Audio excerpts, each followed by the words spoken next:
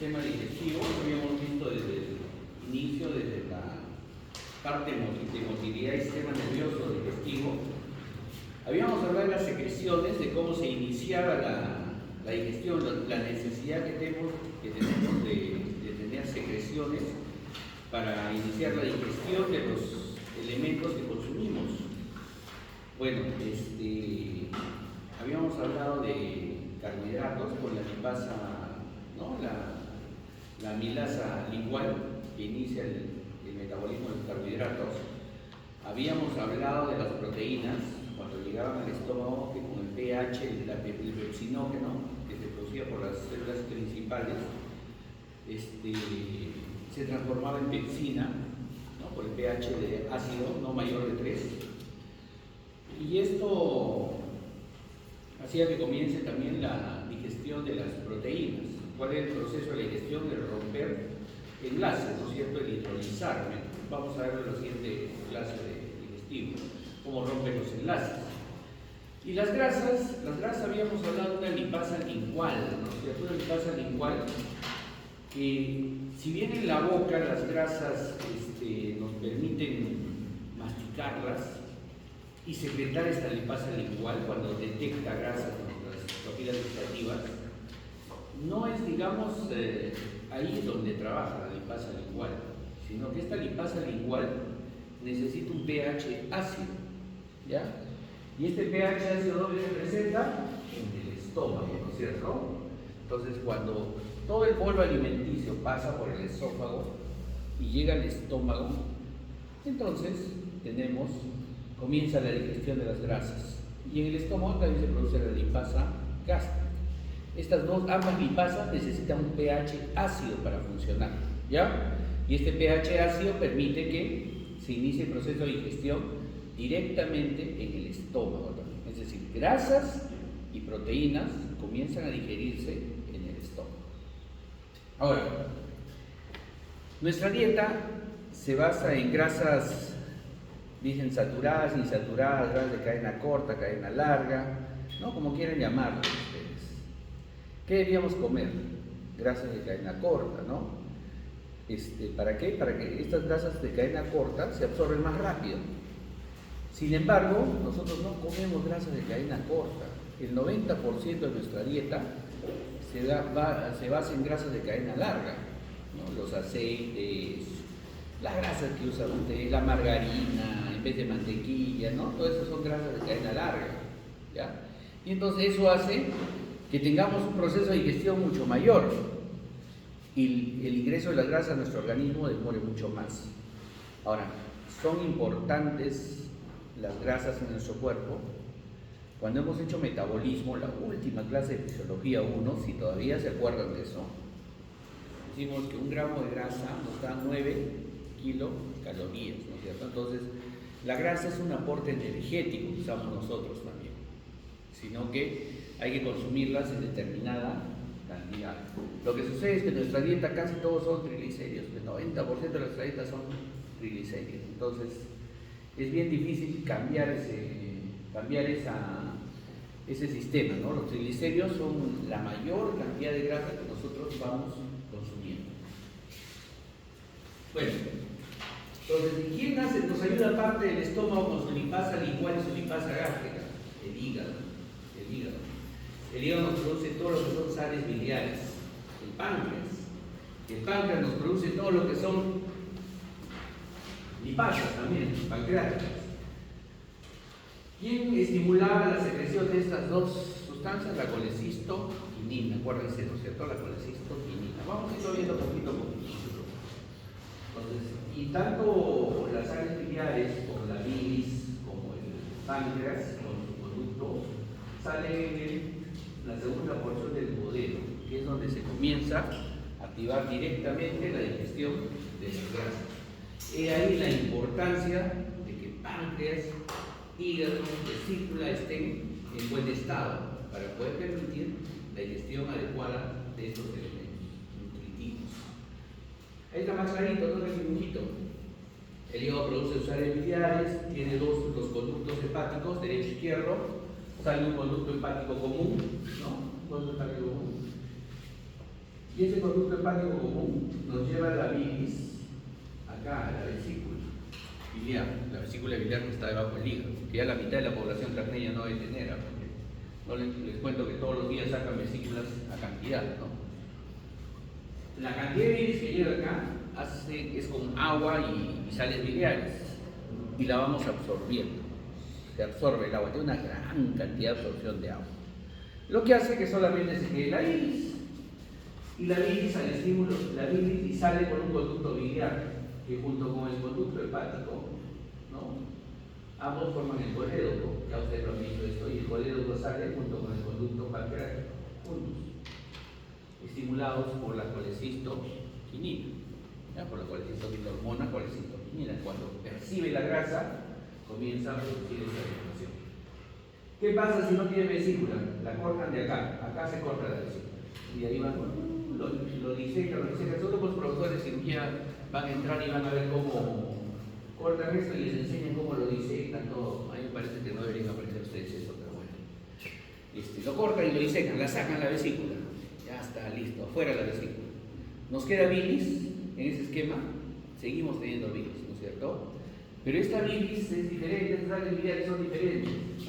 Entonces eso hace que nosotros no podamos digerir bien las grasas después de la vesícula. Entonces tenemos que someternos a una dieta estricta después de que te saquen la vesícula, ¿ya? Pero la vesícula molesta, fastidia, incluso puede producir patologías muy graves.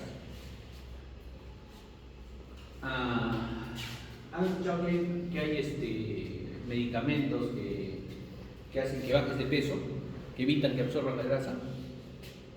¿Han oído o no han oído? Ustedes están en esa época de estar en eso. ¿Sí? ¿Han oído o no han oído? Sí, ¿no es cierto? Famoso es a nivel mundial el Orlistat, por ejemplo. El Orlistat, no anoten. El Orlistat, por ejemplo, lo que hace es, se pega a la lipasa pancreática, se pega. Entonces la lipasa pancreática no puede cortar los enlaces de la grasa que viene. Entonces la grasa no se va a absorber. ¿Ya? Entonces ya unos meses ya te puede aceptar, pero hay gente que lo toma y lo toma y lo toma. Entonces, ¿qué pasa si ya no absorbes grasa? Uno, que tu energía va a disminuir, ¿no? Te vas a poner flaco, todo. Dos, que la grasa que no la absorbes se va a quedar en el intestino y va a seguir su trayecto. Y entonces, ¿qué va a pasar? Va a aumentar el bolo, ¿no? Entonces tu estómago va a comenzar a aumentar. Entonces vas a tener diarreas, vas a defecar grasa, esteatorrea se llama. Te vas a adelgazar, sí, pero vas a adelgazarte manseándote, sin energía, sin kilocalorías que nos proporcionaba la grasa, ¿sí? Entonces, sí, te baja de peso, esa es la función, sí lo puede hacer, pero tiene muchos efectos colaterales. Ya entonces, más o menos para que vean la importancia de esto. Entonces, ¿dónde se inicia la digestión de las grasas? Se inicia con la lipasa lingual y la lipasa gástrica, en el estómago por el pH ácido. Ahí comienza nuestra digestión. ¿Y dónde continúa? Continúa en la segunda porción del duodeno, donde ahí comienza la digestión mayor, ¿sí? La mayor digestión, gracias a las sales biliares de las lipasas que emite el páncreas, comienza la digestión mayor y viene la absorción a nivel del yeyuno, ¿no? Y de parte, ¿no? de los ácidos grasos que vamos a ver. Entonces el hígado es una glándula grandota, la más grande de nuestro organismo, se divide en canalículos y tiene, se fijan ahí, seguramente en anatomía han visto una circulación portal, se llama, ¿no? Viene la sangre, se abre totalmente en el hígado y se vuelve a juntar en la vena cava inferior, ¿no? Se llama vena porta, que ingresa y sale después del hígado en la vena cava. Aquí nos ayuda a metabolizar no solo grasa, nos ayuda a metabolizar drogas, nos ayuda a metabolizar todo lo que son sus desechos tóxicos, todo eso. ¿Sí? Es quizá el órgano más noble que tenemos. Bueno, pero acá tenemos unos canalículos biliares, como ven, en el centro tenemos unos canalículos biliares, donde se van formando las sales biliares al estímulo de la ingesta grasa. Ojo, estímulo de ingesta grasa, es decir, si comemos más grasa, se forman más sales biliares, si comemos menos grasa, se forman menos sales biliares, ¿ya? La dieta tiene mucho que ver en esto. Ahí está el canalículo biliar más clarito, ¿no es cierto? Con sus venas sinusoidales en el medio, ¿no? Y sus canalículos están ahí formando. Y entonces este canalículo biliar va a comenzar a secretar sus sales biliares, ¿sí? Entonces, la unidad funcional es el hepatocito, cada célula, y los conductos biliares donde van a llevar todo lo que es la bilis, ¿no? El canalículo en cada conducto biliar va a ir juntando todo lo que son sustancias que nosotros vamos a ir formando, lecitinas, sales biliares, micelas, que vamos a verlas en un momentito más, ¿ya? Solamente ahí termino. Entonces los canalículos van a derramar la bilis y van a irse hacia los conductos hepáticos, ¿no? Conductos hepáticos. Y estos conductos hepáticos van a formar finalmente un conducto hepático común que va a llevar la bilis hacia la vesícula biliar. Entonces, ¿cuáles son las funciones de los hepatocitos? Básicas. Primero, el metabolismo energético, ¿sí? Forma glucosa y acetoacetato. Ustedes saben que la glucosa, por medio de la gluconeogénesis, se forma a través del hígado, ¿ya? Gluconeogénesis. Hace el metabolismo de los hidratos de carbono, capta la glucosa y la almacena como glucógeno, ¿sí? Y entonces cuando nosotros necesitamos energía, ya se nos acaba la energía de la mañana, ustedes han desayunado a las 6:30, 7 de la mañana, y a las 11 de la mañana ya se les acabó la energía, su hígado comienza a hacerles una glucógeno lisis, ¿no? Carga de glucosa. Eso lo vamos a ver en páncreas, cuando vamos más adelante. En el metabolismo proteico, el hígado nos ayuda a la degradación de aminoácidos y formar nuevas proteínas, ¿no? Y formación nucleicos y sintetiza nuestra urea que va a pasar luego a su eliminación. Y en los lípidos, que es lo que estamos tratando hoy día, nos va a ayudar a sintetizar el colesterol. ¿Para qué necesitamos colesterol nosotros? Colesterol necesitamos para trabajar otras moléculas y evitar que esta grasa se decante, se deposite en nuestros vasos sanguíneos, ¿no? En nuestro músculo liso. Sin embargo, el exceso también está allí. Vamos a sintetizar triglicéridos, fosfolípidos, que son buenos, lipoproteínas, ácidos grasos, ¿no es cierto? Y los ácidos cetogénicos. ¿Qué más hace el hígado? Metaboliza el grupo hemo, ¿no? Que nos sirve para que ya habíamos visto, para los glóbulos rojos, para llevar oxígeno. Metaboliza algunas hormonas, sobre todo las hormonas esteroideas, ¿sí? Y metaboliza algunas cosas xenobióticas, que son xenobióticas significa las drogas que ingresan a nuestro organismo, y algunas tienen que sufrir metabolismo hepático para poder seguir funcionando o para degradarse, ¿sí? Entonces el sistema biliar está formado por la vesícula biliar, la vía biliar intrahepática, conductos hepáticos se llaman, la vía biliar extrahepática, que es la unión del conducto hepático común con el conducto cístico, que van a formar el coledo, que es el que va a ir a la segunda porción del duodeno, ¿ya? Entonces las sales biliares que produce el hígado tienen fundamentalmente dos funciones fundamentales: emulsificadoras o detergentes, quiere decir que se pegan las grasas, ¿sí? Se pegan las partículas de las grasas y las fragmenta, las hacen en glóbulos más pequeños, ¿sí? Y después de que las fragmenta, estos pedacitos chiquitos forman unas micelas, es decir, las atrapa las grasas en el medio, y esas micelas van a ir y se presentan al borde del intestino. Y en el borde del intestino, estos elementos ya degradados, ácidos grasos, monoglicéridos, colesterol, fosfolípidos, se absorben. Pero para eso necesitan entonces que lleguen, ustedes lo mastiquen, llegue al estómago, lipasa lingual, lipasa gástrica, rompen los enlaces, un 10%, de ahí pasa al intestino, en el intestino sale la lipasa pancreática, que la vamos a ver un momento, y salen las sales biliares del hígado. ¿Dónde están las sales biliares? Están coleccionadas en la vesícula biliar. Entonces, cuando llega al intestino, la colecistoquinina dice, ya ha llegado grasa, se dispara hacia el hígado y se dispara hacia la vesícula biliar y se dispara se dispara hacia el páncreas. Y la vesícula biliar contrae la vesícula biliar y expulsa bilis. Esta bilis está llena de sales biliares porque se han concentrado ahí, ¿no? Entonces salen las sales biliares y atrapan las moléculas grasas que están ahí. Entonces las emulsifican, las rompen. Como eso le decía el otro día, como que ustedes echaran su pantalón después de usarlo 3 semanas sin lavarlo, lo echan al detergente, ¿no han visto cómo se abre el detergente? ¿Sí? Entonces se emulsifica. Ya es lo mismo, entonces lo deshacen la grasa, ¿ya? Las atrapan. Y después de romperlas, entonces forman micelas, es decir, estas sales biliares se pegan a los pedazos chiquitos que quedaron, y los llevan hacia el borde del intestino, hacia el borde de la mucosa, y permiten su absorción, ¿ya? Esa es la función básica de las sales biliares. Y los dividen en varios tipos, pues, ¿no? Varios tipos, como decía, hay ácidos grasos, monoglicéridos, el colesterol, ¿sí? Fosfolípidos, etc. Entonces, la bilis, el 70% es de ácidos biliares. Y más o menos de bilis hay unos 5 o 6 gramos por día. ¿Sí? Por día. Son esteroides que se han modificado. Es el ácido glicocólico que va a formar finalmente ácidos biliares que van a convertirse en sales biliares. ¿Sí? Sales biliares. Estas sales biliares, esta bilis, tiene sales biliares que sale del hígado al estímulo de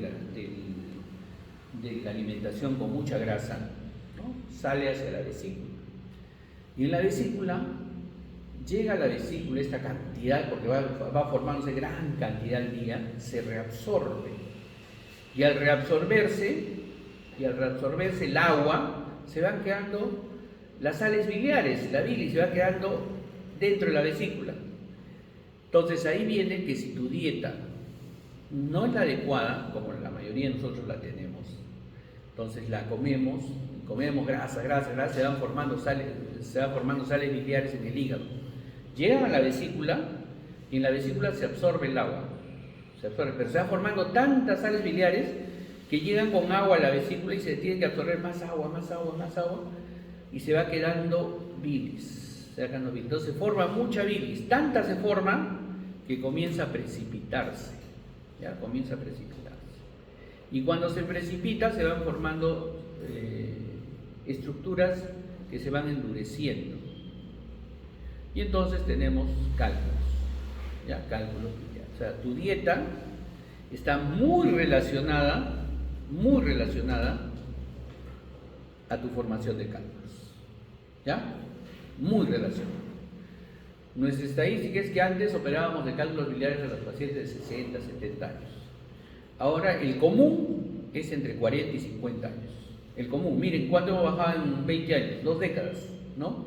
Y eso se debe a la alimentación que tenemos en esta región, bueno, en general en Perú, ¿no? 40, 50 años. Pero tenemos casos excepcionales. Hemos operado una chiquita de 8 años, chiquitas de 12 años, un estudiante de medicina el otro día de 16 años, 17 años. O sea, que debido a la dieta van formando y comienzan a ser cólicos. ¿Dónde se forma el cólico biliar? ¿Dónde se forma el cólico biliar? ¿Cómo se forma un cólico biliar? Comes mucho, vas comiendo mucho, ¿sí? Vas comiendo mucho, y entonces la colecistoquinina dice, fórmate sales biliares, pero también expulsa la bilis, ¿no es cierto? Y entonces contrae la vesícula, y la bilis quiere salir por acá, pero en esa contracción, uno de esos cálculos biliares se mete acá, y entonces la vesícula intenta botar la bilis, y no sale porque estaba un cálculo metido ahí, ¿no es cierto? Y entonces, ¿qué es lo que pasa? Le duele horrible y viene lo que nosotros llamamos cólico vesicular. ¿Ya? Entonces es la razón. Si desde chiquito comes eso, entonces ya nuestras generaciones están perdidas. Esa más o menos dieta debe ser para sus hijos, ¿no? Porque ustedes ya una hamburguesa, ¿no? ¿Ya? Entonces, aquí, ¿no? Ese es el caso, en el caso que tengas cálculos grandes. Pero si tienes cálculos chiquitos, chiquititos que pasan a través del cístico. Cuando hay un cólico, pasa un cálculo y se pasa por acá. Se viene por acá. Y como es chiquitito, puede quedarse por acá o puede quedarse por acá, que es lo más grave que tenemos. Y entonces podría hacerse que tape la salida del páncreas, y en cada alimentación que tengamos el páncreas secreta su sustancia, secreta ácido bicarbonato, como hemos visto la vez pasada, ¿no? 1800 al día, entonces secreta, y el páncreas, como no puede expulsarlo, si está acá el cálculo, no puede expulsarlo, entonces el páncreas comienza a hincharse, y ya vamos a ver ahorita lo que pasa. ¿Ya? Si está acá, es peor, pues, te vienen cólicos y no sale, y de pronto la persona sigue produciendo bilis, entonces el paciente comienza a ponerse amarillo como un patito, ¿sí? Porque la bilis se reabsorbe y se pigmenta la piel. ¿Ya? Entonces, la vesícula es una parte importante, para eso tienen que saber manejar la digestión de las grasas, para que sepan cómo orientar ustedes a sus pacientes. Ya, entonces vamos ahí. ¿Sí? Está claro, creo, el circuito ya, ¿no? Entonces, ¿qué tiene la secreción biliar? En los hepatocitos, Los hepatocitos tienen ácidos biliares, colesterol, lecitina, pigmentos biliares, que le dan el color amarillo, ¿sí? Y algunos compuestos orgánicos como albúmina, enzimas, lisosómicas, inmunoglobulina. En las células epiteliales, las células de los conductos hepáticos, va formando mucha secreción acuosa, que es más o menos 50% del total de la bilis, ¿no? Es isotónica en relación al plasma. Entonces sale una gran cantidad de líquido con ácidos biliares, colesterol, lecitina, hacia la vesícula biliar, ¿sí? Entonces más o menos producen el 50%, los conductos biliares producen el 50% de la secreción, porque son los que dan agua, ¿no es cierto? El agua que va a permitir fluidificar esta sustancia. Y algunos conductos promueven también la liberación de bicarbonato para evitar el pH ácido del quimo que está saliendo del estómago. Recuerden que estamos hablando el duodeno ya, ¿no es cierto? La bilis sale en el duodeno, pero ya viene el alimento, viene del estómago y viene acompañado con pH ácido. Bien, y es diferente la bilis del hígado a la bilis de la vesícula. Claro que son diferentes, bien diferentes. La bilis de la vesícula tiene más calcio, y es que el calcio, casi 5 veces más calcio. Entonces el calcio va a permitir la precipitación y formación de piedritas, cálculos biliares. ¿Ya? Tiene más potasio, tiene menos sodio. ¿Ya? Entonces, las sales biliares están más concentradas, mucho más concentradas en las sales biliares, perdón, en la bilis de la vesícula, que en la bilis hepática. ¿Por qué? Porque hay una deshidratación. Y entonces son compuestos diferentes. El hígado elimina bilis, pero la concentra la vesícula biliar. Y esta bilis que usamos es la que finalmente nos va a ayudar a emulsificar las grasas.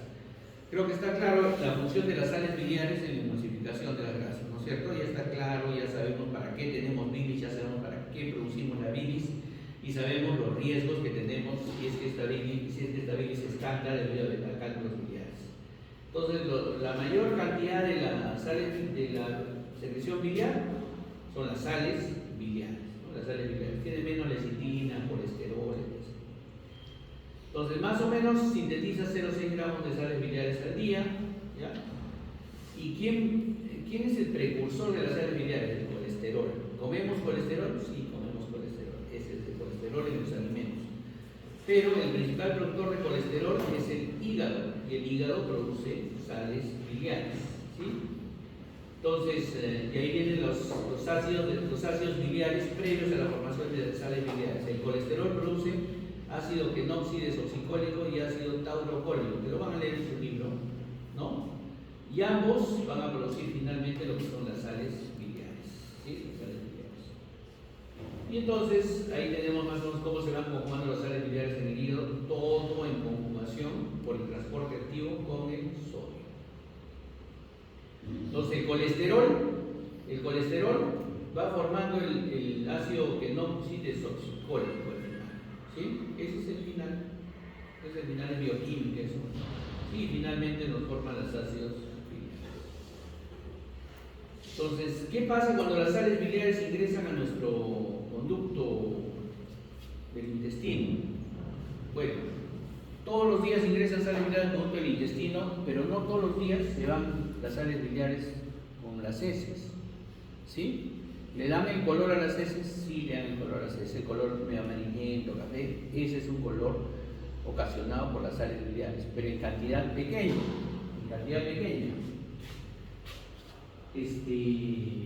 La mayoría de estas por la circulación regresan hacia el hígado y la vesícula. El 95% de las sales biliares se recirculan y se reducen.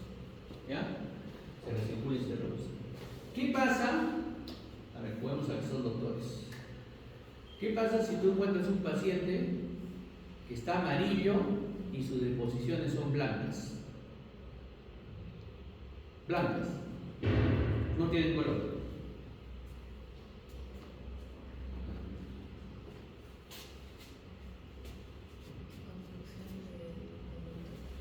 Obstrucción del conducto.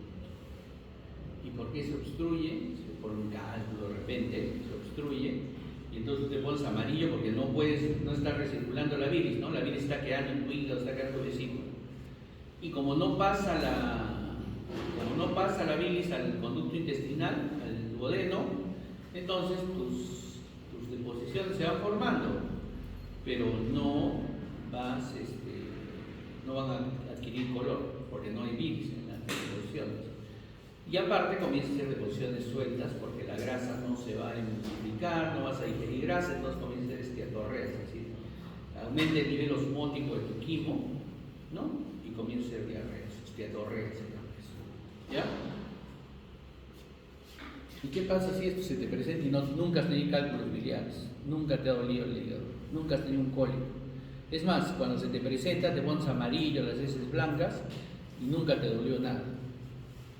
Ahí es donde tenemos que preocuparnos. El tiempo de vida de ese paciente es cortísimo. ¿Ya?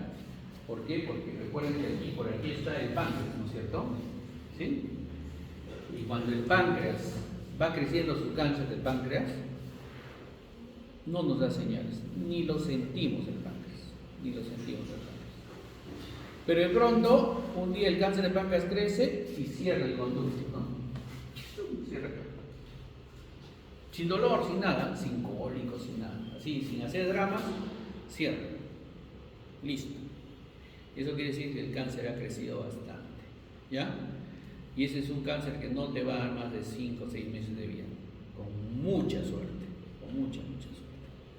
¿Ya? Entonces, si ustedes saben la serología, saben todo, ya ubicándose, ya están en capacidad de avanzar el próximo ciclo de fármaco, fisiopato, y de ahí el siguiente año ya van a estar en capacidad de ir razonando eso, ¿no? Ustedes ya tienen que ir en la capacidad de ir razonando por qué pasa esto, tanto anatómico como fisiológicamente, ustedes ya deben saber qué es lo que va a ir pasando. Semiología es un juego, fisiopato es el juego de la aplicación fisiológica, nada más, ¿no? O sea, ya tú sabes la fisiología, debería ser un paseo para ustedes, pero había un momento en que teníamos más de 120 alumnos, no llegar a tener un tiempo fisiopato, yo no llevo fisiopato, pero 120 alumnos en fisiopato, ¿se imaginan?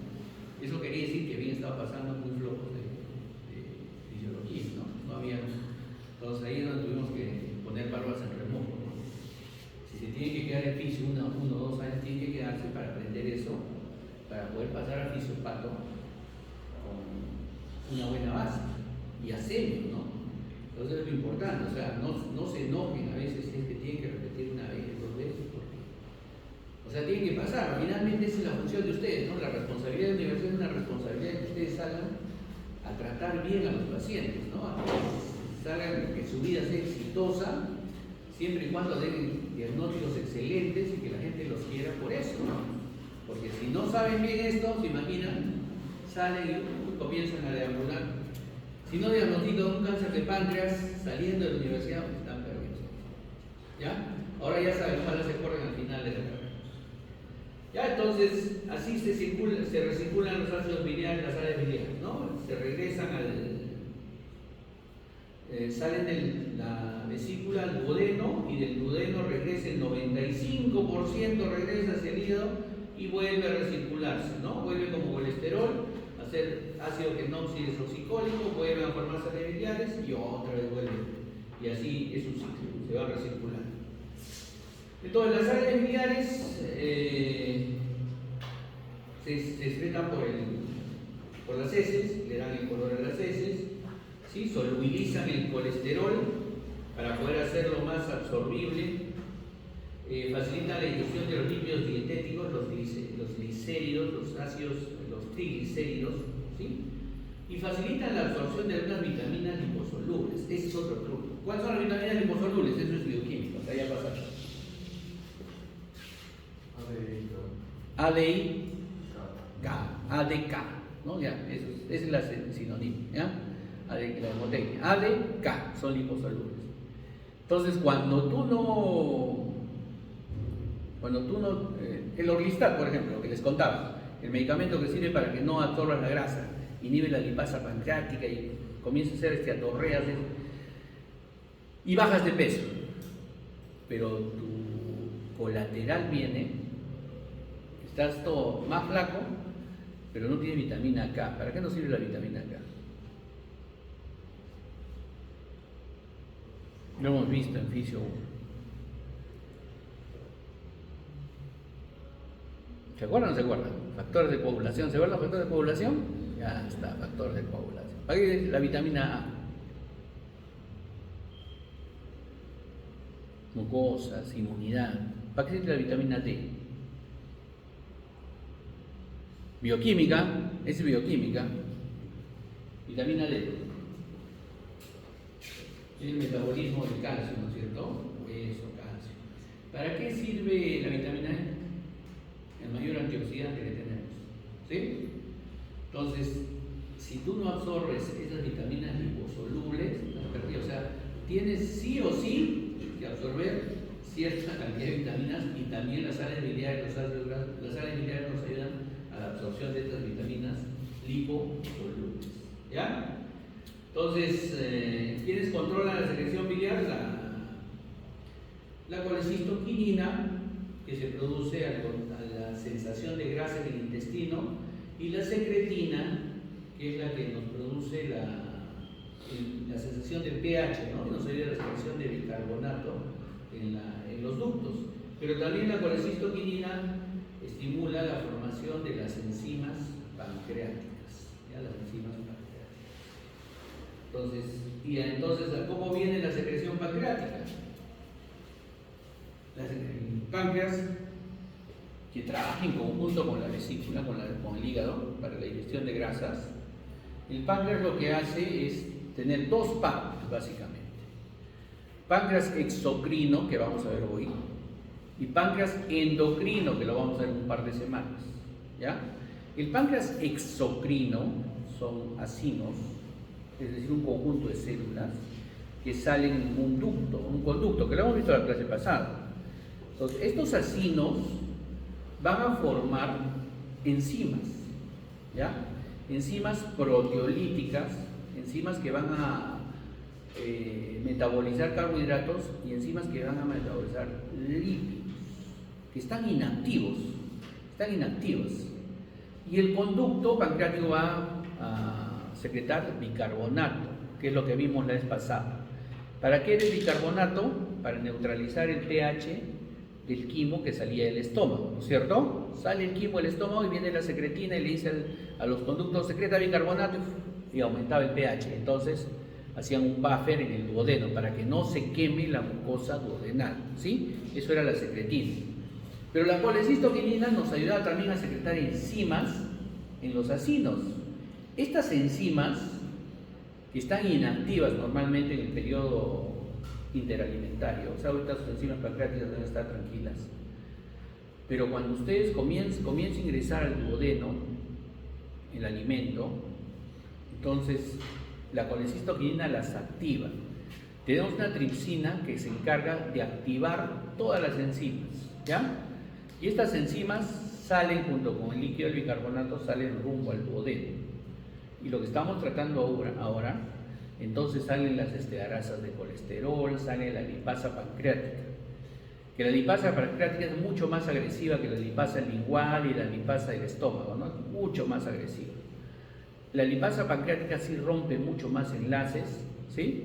Entonces, la colesterolasa pancreática rompe enlaces de colesterol y permite la absorción en mayor cantidad en el duodeno, ¿ya? Y en el yeyuno de las miserias, de las bolitas grasas. Entonces el páncreas sale pues por su conducto pancreático, ¿no? Es un conducto y ahí tenemos los acinos pancreáticos y sus conductos. Entonces, ¿cuáles son los precursores de las enzimas? El tripsinógeno, que se vuelve tripsina, la carboxipolipeptidasa, que se vuelve polipeptidasas, el quimotripsinógeno, que también se vuelve tripsina, ¿no? Y la milasa pancreática se vuelve. Entonces, acá son mayor cantidad de enzimas digestivas. La lipasa, la milasa, la colesterolasa, la fosfolipasa, la elastasa, las nucleasas, es decir, rompen lo que queda de los ácidos nucleicos que comemos nosotros, de los animalitos. Entonces, ahí tienen ustedes la cantidad de enzimas que producimos. Todas están inactivas, por el tripsinógeno, quimitroxinógeno, carboxipolipeptidasa inactiva, la milasa pancreática inactiva, la lipasa inactiva. Todas se activan al momento del ingreso del alimento al duodeno, en el cual la colecistoquinina activa el tripsinógeno, lo vuelve tripsina y esta tripsina nos activa toditas las otras enzimas, ¿ya? Todas las enzimas. Estas enzimas son capaces de comerse todo, ¿no? Todo el alimento que tenemos nosotros. Pero no solo eso, entonces hidroliza proteínas, ¿no es cierto? Hidroliza grasas, hidroliza carbohidratos, etc. Esto lo vamos a hacer en absorción. ¿Qué es lo que pasa cuando nosotros, por algún motivo, esta es la cola del páncreas, cuerpo del páncreas, cabeza del páncreas, que va a secretar en la segunda porción del duodeno? Y viene el conducto biliar, ¿no es cierto? Y viene el conducto biliar y ambos secretan juntos, ¿sí? Pasa el alimento y estimula la formación de colecistoquinina, que va a actuar sobre los dos. Acá comienza a activar el tripsinógeno, la tripsina, y comienza a secretar sustancias, tanto bicarbonato por la secretina como las enzimas. ¿Qué pasa si esto está ocluido? Es lo que les decía.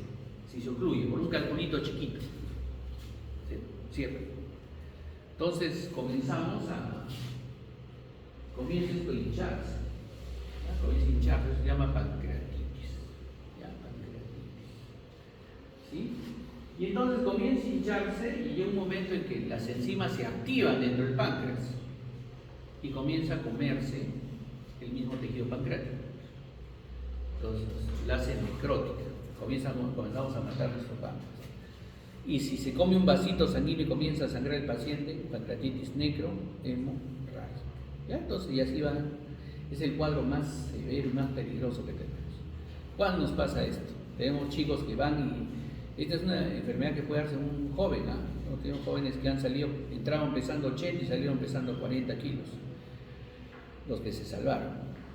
¿Qué es lo que pasa? Que no tenían cálculos, pero sí comenzaron a comer mucho y a tomar mucho. Y entonces, ¿qué pasaba? Esto produjo una inflamación. Y cuando produjo una inflamación, cerraron. ¿Ya? Y cuando cerraron eso, no podían drenar. Y entonces las enzimas se activaron y comenzaron a comerse el páncreas, ¿no? Miren, esa es la gravedad. A veces nosotros no medimos eso, pero nuestros pacientes tenemos, cuando ya vayan a clínicas van a ver de todo. La medicina hay cosas inimaginables que se podrían ver, inimaginables, ¿ya? Inimaginables, ¿sí? Entonces, este es el peligro del páncreas. como les digo, el páncreas, sus enzimas son muy agresivas y permiten la ruptura. Las enzimas pancreáticas son las que nos producen el mayor porcentaje de metabolismo de todos los elementos. Tripsina y tripsina se encargan de degradar las proteínas completas, ¿no es cierto? La carboxipeptidasa degrada las proteínas hasta aminoácidos, porque los aminoácidos son los que tenemos que absorber finalmente, ¿no? Entonces, y las grasas, bueno, entonces tenemos la lipasa, ¿no? Y esta lipasa y la colesterolasa y las fosfolipasas van a ayudar a romper los enlaces y darnos ácidos grasos libres, que son finalmente lo que queremos, que consumimos nosotros. Triglicéridos, ¿no es cierto? Triglicéridos, que están formados por un enlace glicerol con 3 ácidos grasos, ¿sí? Estos triglicéridos tienen que romperse, dejar los ácidos grasos, que son lo que finalmente se va a absorber. La fosfolipasa va a romper los enlaces de los fosfolípidos, ¿no? Y entonces estas son partículas que sí son benéficas para nosotros. Y las colesterolasas van a romper los enlaces de colesterol y viene su absorción. Este colesterol, que ustedes han visto, ¿no? Ahora estamos en la época de las enfermedades cardiovasculares, ¿sí? Entonces, ¿cuánto de colesterol deberíamos tener todos? ¿Hasta cuándo es lo normal de colesterol? ¿Alguien averiguó eso? Ahora que estamos en ese tiempo donde todos, sus familiares todos les preguntan: mira, hijita, tengo este examen, mira, ¿qué piensas? Y usted lo mira, no me lo mira, lo mira, ¿no? Pero les han preguntado, ¿sí o no? ¿Sí? Ya está. Entonces, de curiosidad podrían ser: colesterol, ¿cuánto tendrá de colesterol? ¿Estará bien? ¿Estará mal? Algunos laboratorios, buena gente, te ponen valores, ¿no?, de referencia. Otros te lo marcan, algunos laboratorios. Pero deberían ustedes tener ya una idea, ¿no? ¿Cuánto es más o menos?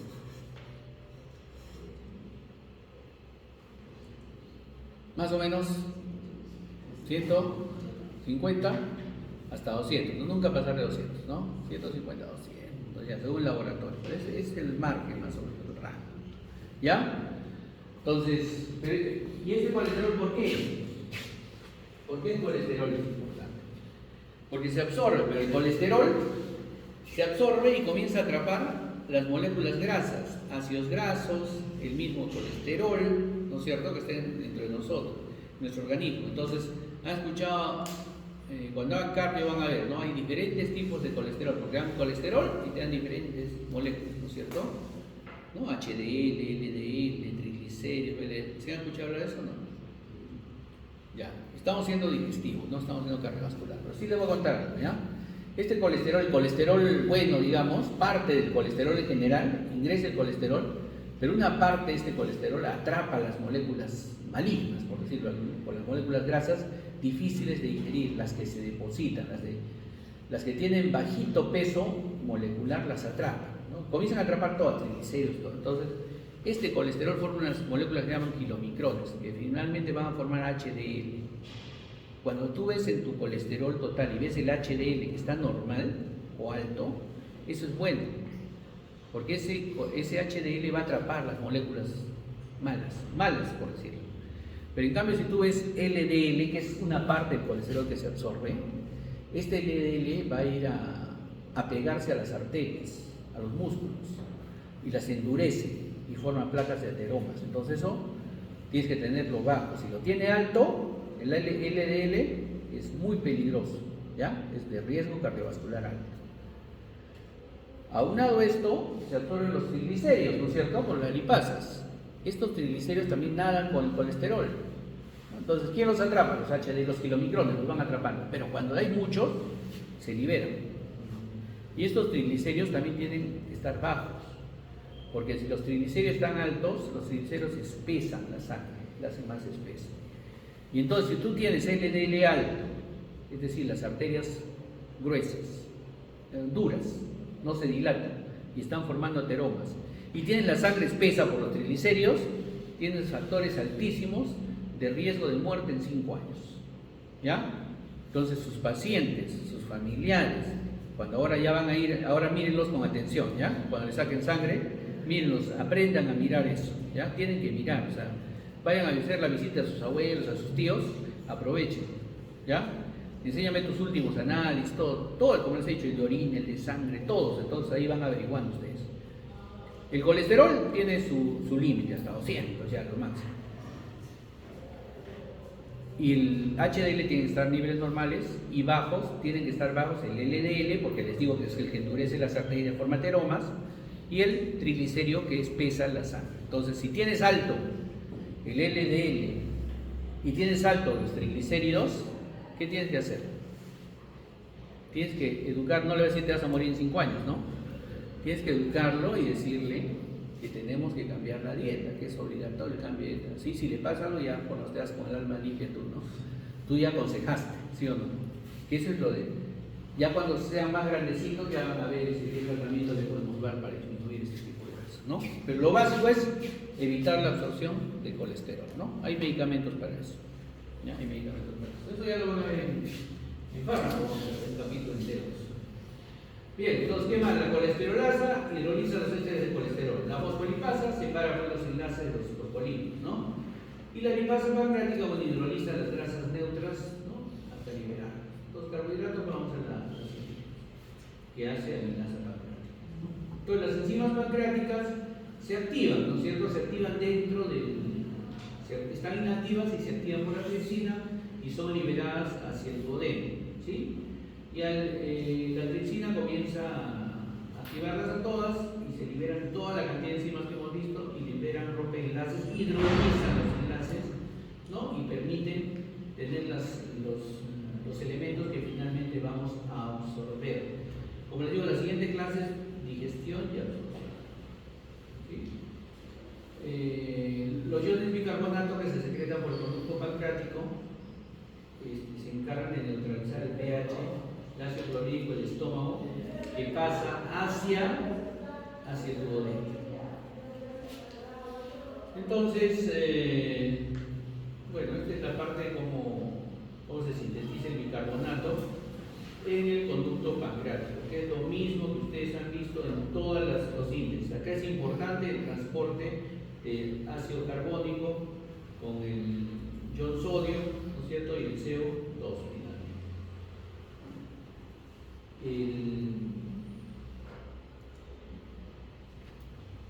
Ahora, es importante que ustedes sepan entonces que páncreas y la bilis actúan en conjunto, ¿no? Para la hidrólisis de los iones de todos los tipos de grasas.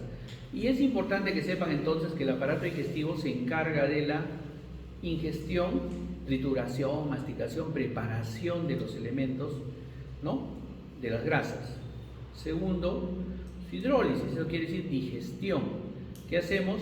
Lipasa lingual, lipasa gástrica, ambas actúan en el estómago porque el pH ácido, ¿sí? Y pasan al duodeno. Y ahí va a venir la siguiente etapa que vamos a ver en la siguiente clase, que es la absorción, ya no solo de las grasas, sino de carbohidratos, proteínas, ¿no? Absorbemos, ¿no? También agua, absorbemos a través del tubo digestivo, ¿sí? Se absorbe. Entonces hasta ahí vamos con 3 etapas.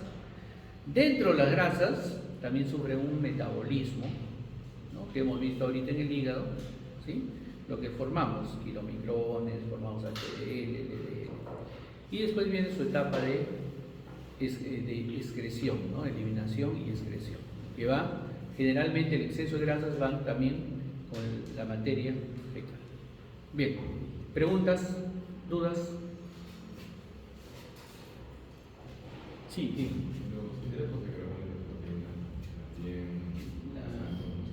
Claro, la siguiente semana vamos a hacer la siguiente clase, acabamos con la siguiente clase. Sino que ahora tenemos que hacer, es especial la secreción de hígado y páncreas porque son las dos glándulas más grandes que tenemos en el organismo. Listo, bien jóvenes, gracias, nos vemos en el